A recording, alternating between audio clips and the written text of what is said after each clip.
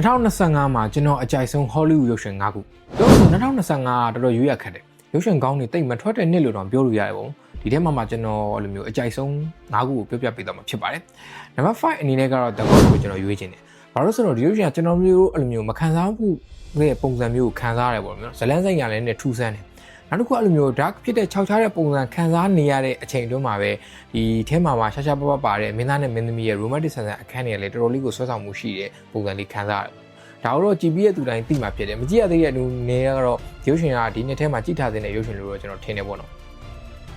နံပါတ်4အနေနဲ့ရွေးချယ်ထားတာတော့ How to Train Your Dragon ရဲ့ live action ပေါ့ဒီထဲမှာပါတဲ့သဘာဝပတ်ဝန်းကျင်နဲ့သူ့ရဲ့ဒီ CGI effect တွေကတော်တော်လေးကြည့်ရတာလူတယောက်ကိုစိတ်အပန်းပြေစေတယ်ပေါ့နော်နောက်ပြီးတော့ချစ်စရာကောင်းတဲ့ဇလန်းဆက်အင်ကလည်းကြည့်ရတဲ့သူအဖို့တော်တော်လေးမိုက်တယ်ပေါ့နော်ဒါကြောင့်ဒီရုပ်ရှင်ကတော့ဒီနေ့ထဲမှာကိုယ့်အနေနဲ့ကြည့်ထားတဲ့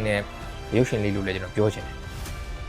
နံပါတ်3အနေနဲ့တော့ကျွန်တော်ဒီစင်နာရုပ်ရှင်ကိုရှင်းချင်တယ်ပေါ့နော်ဒီ horror ပုံစံမှာကျွန်တော်တို့တစ်ခါမှ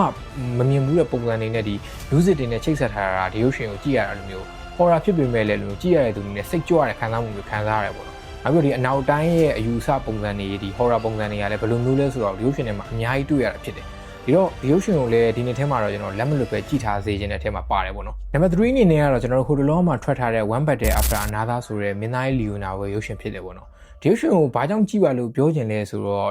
ဒီလီယိုနာဝယ်ရဲ့ fan တွေဆိုရင်တော့သိလိမ့်မယ်ပေါ့နော်ဘာကြောင့်ကြည့်ပါလို့ကိုမပြောချင်ဘူးဒီရုပ်ရှင်ထဲမှာအဲ့လိုမျိုးခံစားမှုရတာတွေအစုံပေးတယ်နောက်ပြီးတော့ဒီထဲမှာပါတဲ့ဇာတ်ကလုံးတွေကဒီဘက်ခေတ်ကိုလည်းသေချာပုံဖော်ထားတယ်နောက်တစ်ခုကဒီရုပ်ရှင်ရဲ့ထုံးစံအတိုင်းအဲ့လိုမျိုးနီးချင်းလိမ်မော်ရောင်တန်းရုပ်ရှင်ကာလာတွေနဲ့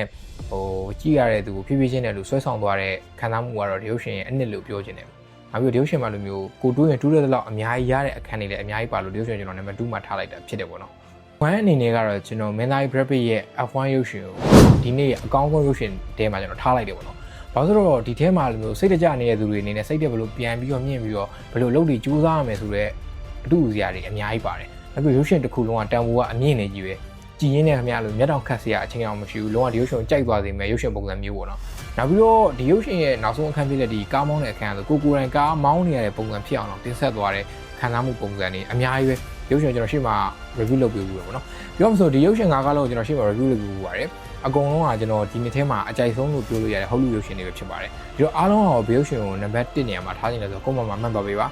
နောက်အကောင်းဆုံးရုပ်ရှင် Bollywood 5ခုနဲ့ကျွန်တော်ပြန်လာခဲ့ပါမယ်